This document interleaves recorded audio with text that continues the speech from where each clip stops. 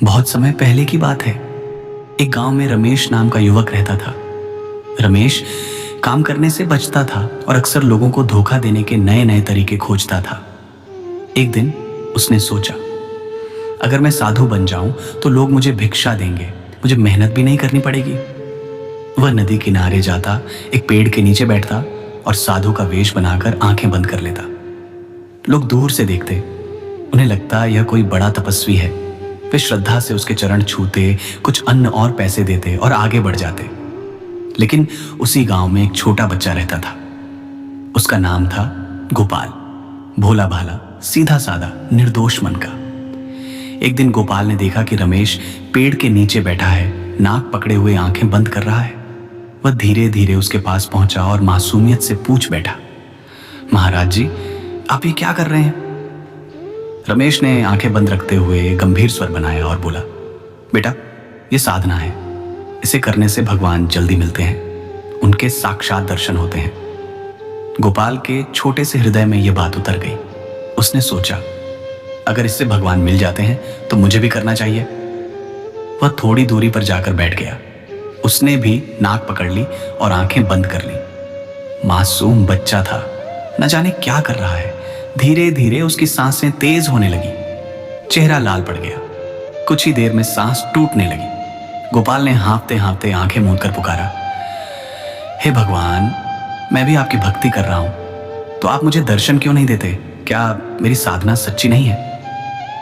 उसकी मासूम पुकार आकाश तक पहुंच गई और तभी अचानक वहां दिव्य प्रकाश फैल गया। चारों ओर गूंज उठी बांसुरी की मधुर धुन और मोर मुकुट धारण किए, पीतांबर पहने, करुणामय मुस्कान के साथ स्वयं श्री कृष्ण वहां प्रकट हो गए। भगवान ने गोपाल को उठाया और बोले, बेटा, तूने साधना नहीं की, पर तेरी मासूम पुकार ने मुझे खींच लिया। तेरे हृदय का प्रेम ही तेरी सच्ची भक्ति है।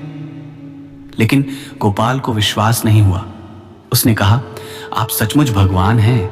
नहीं, मैं अपने गुरुजी को बुलाऊंगा, वे बताएंगे आप भगवान हैं या नहीं, पर आप कहीं भाग न जाइए, इसलिए मैं आपको पेड़ से बांध देता हूं।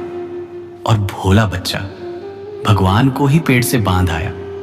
फिर वह दौड़कर अपने गुरुजी को बुलाने गया। गुरुजी आए, गांव वाले भी साथ हो लिए।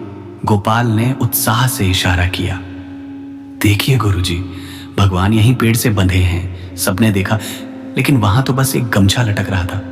गुरुजी ने कहा, बेटा, यहां कुछ नहीं है। गोपाल जिद करता रहा, नहीं, भगवान तो यहीं खड़े हैं, आपको क्यों नहीं दिखते? इतना सुनते ही अचानक वहां वही दिव्य प्रकाश फैल गया। सबके नेत्र चौंधे आ गए और सबके सामने श्री कृष्ण प्रकट हो गए। गांव वाले अवाक रह गए। गुरुजी भी श्रद्धा से नतमस्तक हो गए। रमेश, जो साधु वेश में था, यह सब देख रहा था। उसके होश उड़ गए। वह रोता हुआ प्रभु के चरणों में गिर पड़ा। प्रभु, मुझे क्षमा कर दीजिए। मैंने छल किया, लोगों को धोखा दिया, लेकिन अब समझ गया हूं, आप छल से प्रसन्न नहीं होते, आप तो केवल सच्चे प्रेम से ही प्रकट होते हैं। भगवान ने उसे उठाया और दया भरे स्वर में कहा, हे याद रखो रमेश, मुझ तक पहुंचने का मार्ग न तो छलावा है न ढोंग। मैं केवल सच्चे हृदय से प्रसन्न होता हूं। उस दिन के बाद गांव में हर कोई गोपाल को देखकर कहता, ये वही बच्चा है जिसे भगवान ने स्वयं दर्शन दिए। और गोपाल बस मुस्कुराकर कहता, मैं कुछ नहीं हूं, ये सब प्रभु की कृपा है।